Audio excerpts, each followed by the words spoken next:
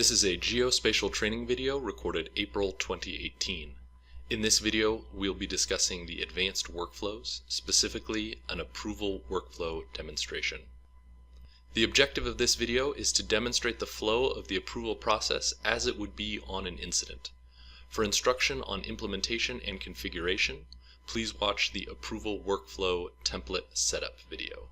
The approval process begins with new features being collected in the field. For this example, I'll be using an iPhone. Note that Android users will have a slightly different interface. I'll open up Collector, and since both my user account and the Collector map have been added to the mobile editing group, I can open the map. In the Collector map, I can see all the incident features, not just those with a feature status of approved. In this case, we have a perimeter and an origin already.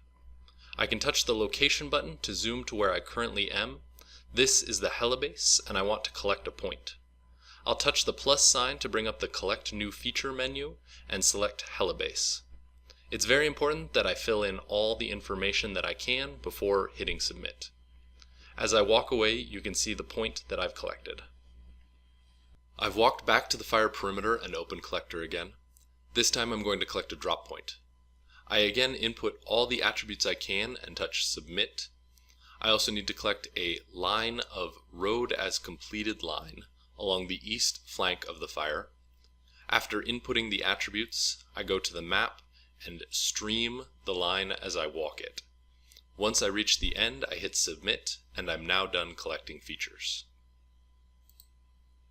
We can now move on to the next step of the approval workflow, which is usually completed by the Situation Unit Leader back at the ICP. I'll open the CITL Approver app, which I have access to because both it and I are in the working group. As you can see, features that are approved are highlighted in green, while features that are still pending are in red. The less common statuses in review and archive are yellow and gray respectively. My job as the approver is to confirm all features and approve them by clicking on each and changing the feature status field. I've already spoken to Ops about the Helibase and road as completed line, but I'm still waiting for confirmation on the drop point, so I'm only going to approve the first two. Note that the features can sometimes take a minute to visually update depending on the refresh rate and internet connection. You can always refresh the page to see them immediately. Finally, we'll open up the viewer map. This map is intended to be used in Collector by firefighters who will not be submitting features simply for situational awareness.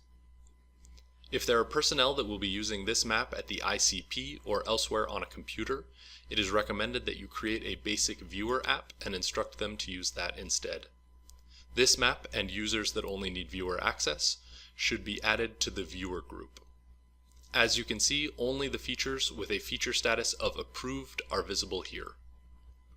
That concludes this demonstration of the approval workflow's core process. Thanks for watching.